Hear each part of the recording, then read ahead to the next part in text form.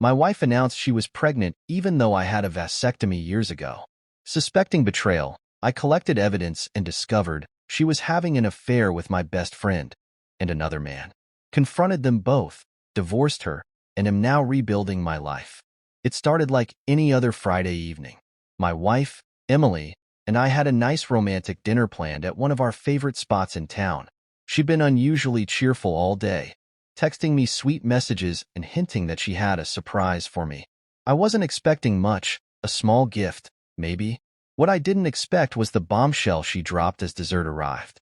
"I'm pregnant," she announced, smiling from ear to ear. For a second, I was stunned. The words hung in the air, and I could feel every head at nearby tables subtly turning in our direction. My heart raced, but not for the reasons you might think. You see, I had a vasectomy 5 years ago. I smiled through the initial shock, masking my disbelief. I reached for her hand across the table and said, "That's amazing, honey. Wow, I wasn't expecting this, and I wasn't. Not even remotely." The first night after the announcement, I couldn't sleep. My mind replayed the dinner over and over.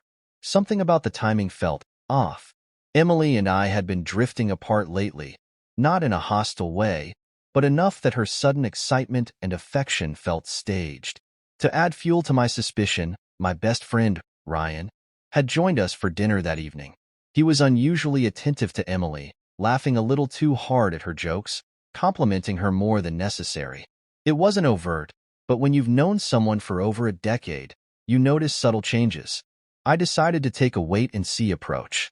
I wasn't about to jump to conclusions, but I wasn't going to ignore my gut either. Over the next few weeks, I started paying closer attention. Emily had always been a private person, but now she was downright secretive. She guarded her phone like it was the nuclear codes and started taking me-time trips to places she never mentioned before. Ryan, on the other hand, had become strangely distant. He started canceling our weekly hangouts, claiming he was busy with work.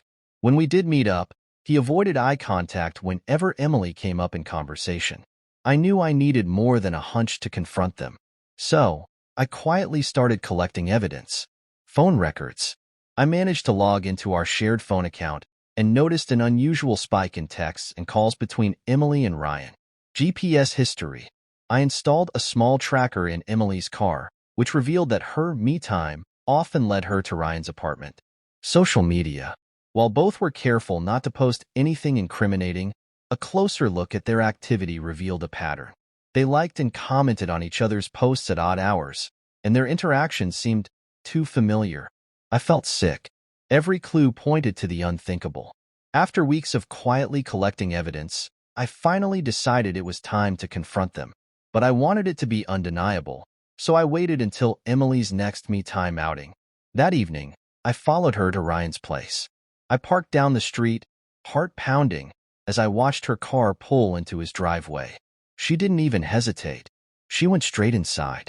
I took a deep breath, walked up to the door, and knocked. The look on their faces when they opened the door was unforgettable.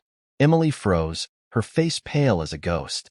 Ryan stammered, trying to come up with an excuse, but I cut him off. "I know," I said calmly, holding up a folder filled with every shred of evidence I had collected. The phone records, the GPS, everything.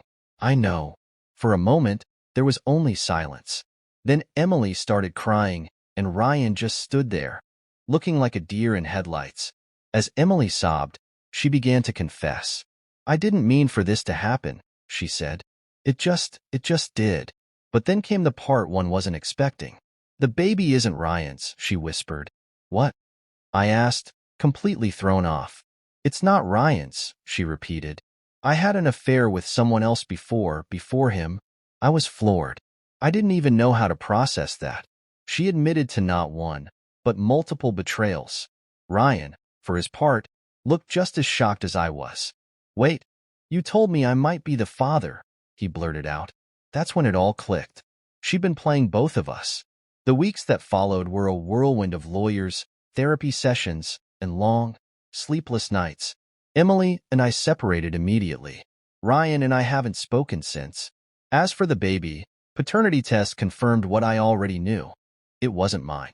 Emily moved out of state shortly after the divorce was finalized, and I haven't heard from her since. It's been over a year now, and while the wounds are still fresh, I've learned a lot about myself through this ordeal. I've learned the importance of trusting my instincts, the value of setting boundaries, and the necessity of walking away from toxic relationships, even if it hurts. Would I have done anything differently? Probably not. As painful as it was, I'm glad I took the time to gather evidence and approach the situation calmly. It gave me the closure I needed to move on with my life. If there's one silver lining, it's that I now know what I'm worth, and I'll never settle for less than I deserve again.